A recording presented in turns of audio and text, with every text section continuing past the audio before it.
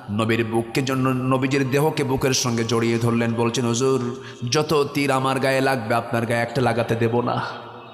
পিঠের ভিতরে একটা দুইটা তীর বিদ্ধ হওয়ার দাগ নয়, তার পিঠে 70 থেকে 80টি তীর বিদ্ধ হওয়ার দাগ ফুটে উঠেছে। দাজানা দুনিয়া থেকে বিদায় নিয়ে নবীজি সম্পূর্ণ একাকী পড়ে গেলেন।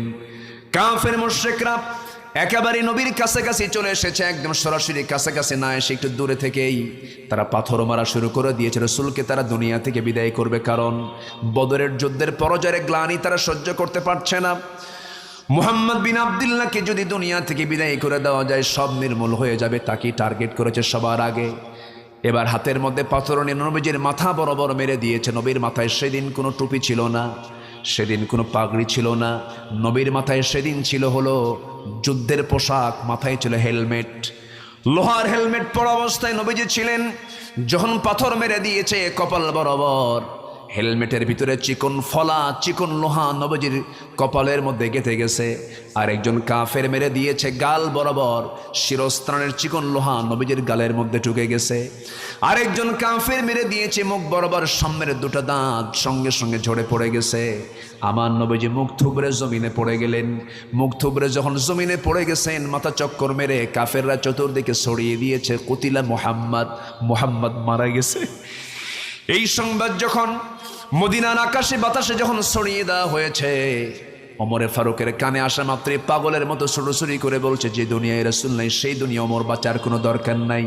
যুদ্ধের ময়দানে ঝাঁপিয়ে পড়েছেন ওমরে ফারুক। ওইদিকে মদিনার প্রত্যেকটি ঘরে ঘরে যখন সংবাদ চলে গেছে, একজন ইয়াং সাহাবী নতুন বিয়ে করেছেন, ইয়াং সাহাবী যুদ্ধের ময়দানে আসতে পারেন না, রাতের বেলা স্ত্রীর সমাবেশা করেছেন, ফরজ গোসল করার জন্য গোসলখানায় ঢুকে তিনি মাথায় পানিও ঢেলে দিয়েছেন কিছু।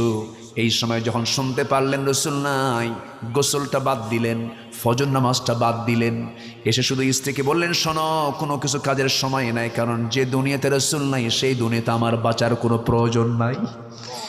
শুনলাম রাসূল নাকি দুনিয়া থেকে বিদায় নিয়েছেন। হাতে তরবারি তুলে দাও। তরবারি হাতের মধ্যে নিয়া স্ত্রীর কপালে চুম্বন এঁকে দিয়ে বলছে, আমার স্ত্রী, আমার মনে হয় আমি আর বাঁচবো না, কারণ নাকের মধ্যে আমি জান্নাতের ঘ্রাণ পাচ্ছি। আমার জন্য দোয়া করো, জান্নাতের সিঁড়িতে তোমার সঙ্গে যেন আমার সাক্ষাৎ হয়ে যায়। জোরে বলি সুবহানাল্লাহ।